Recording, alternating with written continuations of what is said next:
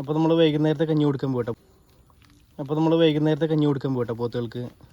ഇതാണ് കഞ്ഞി, 2 പാത്രത്തിൽ, വലിയ പോത്തിന് കൊടുക്കാനുള്ള ഇതും മൂരിക്കുള്ള അതാണ് കേട്ടോ. ഇത് നമ്മൾ അടുത്ത വീട്ടിൽ നിന്ന് എടുത്തിട്ട് വന്ന കഞ്ഞിവെള്ളമാണ്. ഇത് നമ്മൾ വൈകുന്നേരം കൊടുക്കും, നാളെ രാവിലേക്കും കൊടുക്കുന്നത് തന്നെയാണ്.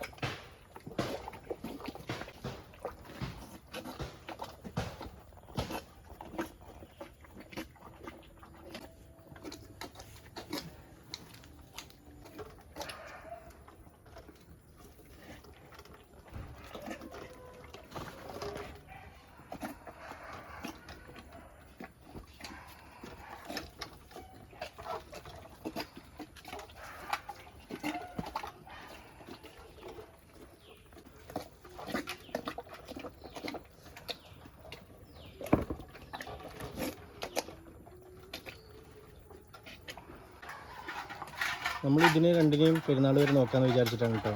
ചെറിയ പോത്തിനെ കൊടുത്തിട്ടുണ്ടായിരുന്നു, അത് നമ്മുടെ അറിയുന്ന ഒരാളിനെയാണ് കൊണ്ടുപോയിട്ടുണ്ടായിരുന്നത്.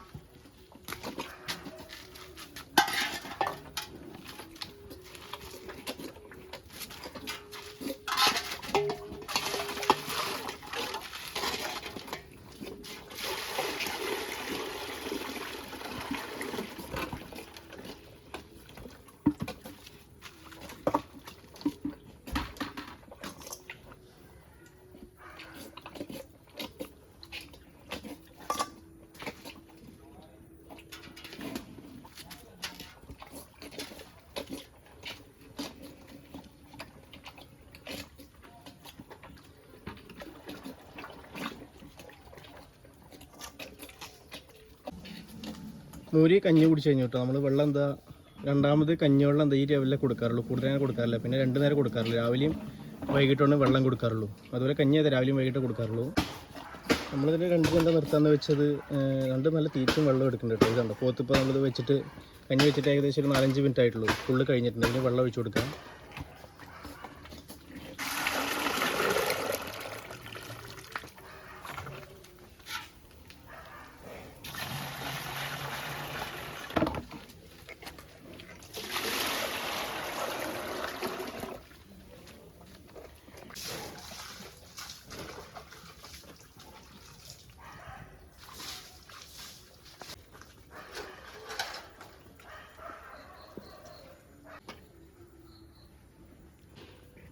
ഞാനും പോത്തിന് മൂക്കുത്താന്ന് വിചാരിച്ചിട്ട് ഒരാളിനെ ഒന്ന് കാണിച്ചു കേട്ടോ. പോത്തിന് മൂക്കുത്താൻ വേണ്ടിയിട്ട് നമ്മുടെ ഇവിടെ ഉള്ള ഒരാളാണ്.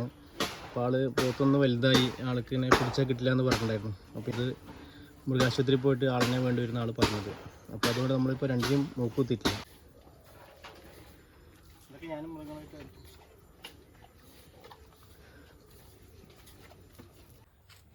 വീട്ടിലൊക്കെ പറഞ്ഞു കേട്ടോ, പോത്തിയും മൂരിയും കൂടി നിർത്താൻ പാടില്ല എന്നുള്ളത്. അങ്ങനെ ഉണ്ടോയെന്ന് എനിക്കറിയില്ല, ഞാനങ്ങനെ കേട്ടിട്ടൊന്നുമില്ല. വീട്ടിൽ അടുത്ത വീട്ടിലത്തെ ചേച്ചിമാരൊക്കെ പറഞ്ഞാണ് ഇങ്ങനെ പോത്തിനെയും മൂരിയും കൂടി നിർത്താൻ പാടില്ല, നിർത്താറില്ല എന്നുള്ളത്. ഇനിയിപ്പോൾ അങ്ങനെ വല്ലതൊക്കെ ഉണ്ടോയെന്ന് അറിയുന്നവരൊന്ന് കമൻറ്റ് ചെയ്യാം കേട്ടോ. അതിനെ കുറിച്ച് എന്താ അങ്ങനെ പറയണത്, എന്താ കാര്യങ്ങളെന്നുള്ളത് അറിയണവരൊന്ന് കമൻറ്റ് ചെയ്യുക.